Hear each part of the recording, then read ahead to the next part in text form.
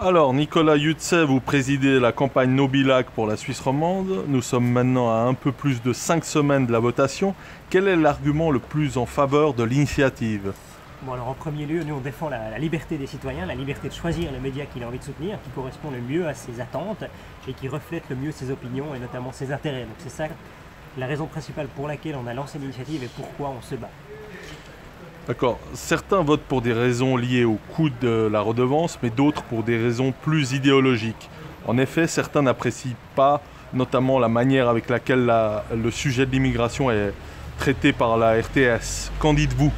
Bon, alors je comprends tout à fait ce point de vue-là, et quand on a une initiative, il y a forcément différents publics avec des cibles et des intérêts différents. Donc quand on paye une redevance, on est en attente d'un rapport qualité-prix qui nous satisfait, et je peux comprendre que certaines personnes ne se retrouvent pas dans l'offre actuelle de la SSR, et c'est leur droit primaire de ne pas vouloir financer ce service-là.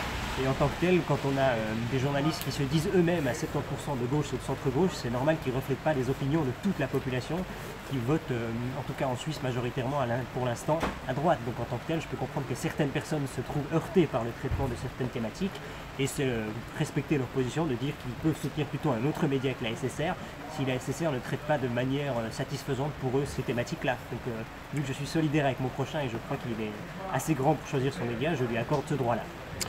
D'accord. Que pensez-vous de l'activisme de Massimo Lorenzi sur Twitter?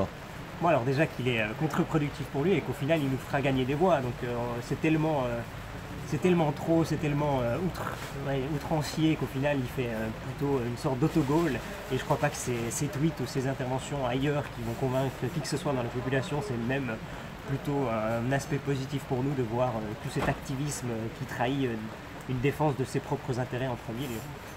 D'accord. Et enfin, faites-vous face à des menaces par rapport à votre engagement? Alors, quand on s'est lancé dans cette campagne-là, on ne s'attendait pas à la violence et notamment aux nombreuses insultes qu'on reçoit tous les jours, que ce soit sur Facebook ou même à la maison. On reçoit des lettres anonymes qui parfois sont drôles, parfois sont un peu plus inquiétantes.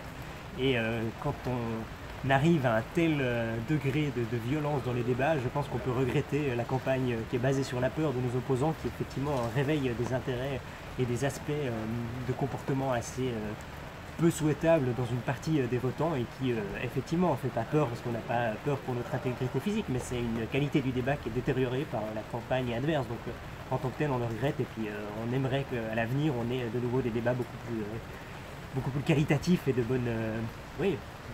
bonne santé, notamment mentale, mais également de santé démocratique. Je vous remercie.